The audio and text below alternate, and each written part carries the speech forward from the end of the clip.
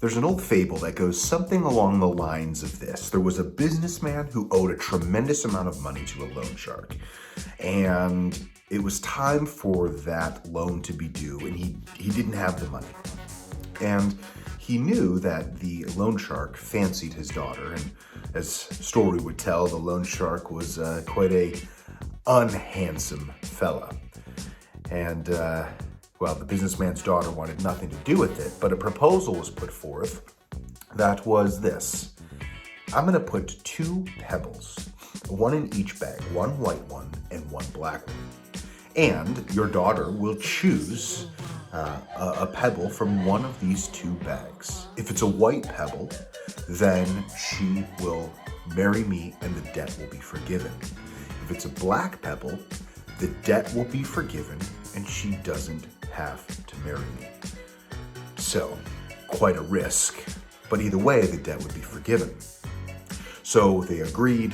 The loan shark bent over and picked up the 2 pebbles, a white one and a black one, and put each of them in the bag.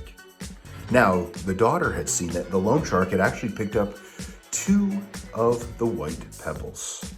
2 of the white pebbles, meaning that whatever she picked, she was going to have to marry him, even though the debt would be forgiven. Well, what was she to do? Was she to expose him? Was she to refuse to select? Both of those would end up very negative. What else could she do? Because if she did pick, she would have known it was a terrible outcome. So when faced with this incredible adversity, a choice she did not want to make, she picked a pebble from one of the bags. And then in the hurry of selecting it, she dropped it on the ground amongst all the other pebbles. And she said, I'm sorry. I didn't see which color I picked. Let's look in the bag and see which one is remaining, and then we will know which one I dropped. In times of challenge and adversity, it may seem like we are boxed in and there is no choice. But I believe that there's always another possibility. Actually, in the background here, this is going to be hard for me. Which one is it? Hold on. Yes, number 3.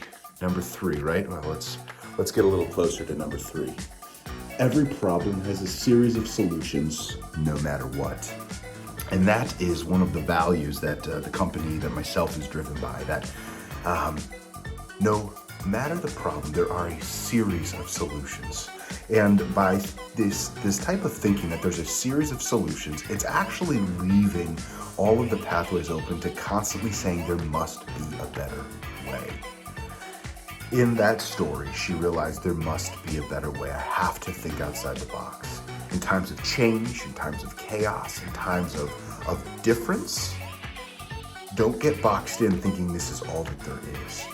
Know that there are multiple choices to the problem, and there are multiple ways around it. And sometimes what happens is we get so focused on the problem, and as we talked about in one of the previous videos, what we focus on has our attention. What has our attention pulls our energy. And when the problem is pulling our energy, we're not getting focused on the solutions. So, what creative approaches can you come up with today for these challenges where you feel so boxed in, where you have to pick and you know that either way, if you pick, it's going to be negative? My friends, there's always a better way. We just have to believe that. We have to instill that as a value of how we operate.